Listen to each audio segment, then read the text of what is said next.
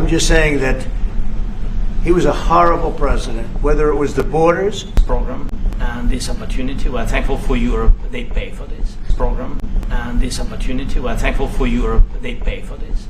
And through NATO program, for example, Pearl and etc. We have some programs where we can have some money to finance Ukrainian army. This is very, very important. And it depends how much money we need to rearm. For example, the question of air defense, we spoke about that very much. And this is all best military equipment in the world by far. You mentioned the Patriots. How good are they? Let's hitting each other. I don't know what the arrangement is that you have with, but I know that they want you to have the equipment.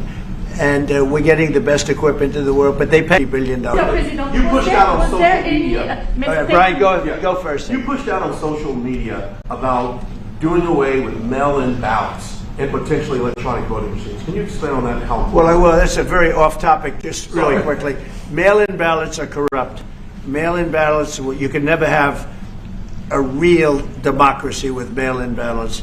And we, as a Republican Party, are going to do everything possible that we get rid of mail-in ballots. We're going to start with an executive order that's being written right now by the best lawyers in the country to end mail-in ballots. All of the money, paper ballots are very sophisticated with the watermark paper and everything else. We would get secure paper ballots. You have the results that night. Most people, but most people, many countries use paper ballots. It's the most secure form. So between paper ballots, very, very important, paper ballots, and if you have mail-in, and stop it, because the Democrats want it. It's the only way they can get elected. Because with men and women's sports and with transgender for everybody and open borders and all of the horrible things, and now the new thing is they love crime. They're fighting me on the fact that I've made Washington, D.C. safe. We're not going to get mugged, beaten up, or killed. You know, when you go to a voting booth and you do it the right way and you go to a state that runs it properly, you go in, they even ask me. They asked me for my license plate, for identity. I said, I don't know if I have it. He said, sir, you have to have it. I was very impressed, actually. But it's very hard to cheat. With mail-in voting, as you know what happens in California, it's so corrupt, where some people get 5, 6, 7 ballots delivered to them. Now, we got to stop mail-in voting, and the Republicans have to lead the charge. The Democrats want it because they have horrible policy. If you have mail-in voting, you're not going to have many Democrats get elected. That's bigger than anything having to do with redistricting, believe me. And the Republicans have to get smart. We're not going to have a country. I said for a long time at rallies, you need borders and you need free and fair elections. Those two things, otherwise you don't have. We have strong borders now. In 90 days, Mr. President, we didn't have 0 in 3 months. Not one person came in illegally into our country. In fact, even I find that hard to believe, but it's run by a little bit of a liberal group that put out the numbers, so I guess it's, but 0, 0, and 0. You go back a year ago, 2 years ago, 3, millions of people poured into our country. It was terrible. Thank you very much. Do you need from President Trump to be able to make a deal? Is it American troops, intelligence, equipment? What is it? Everything. And really, it includes 2 parts. First, strong Ukrainian army. That's what I began to discuss with your colleagues.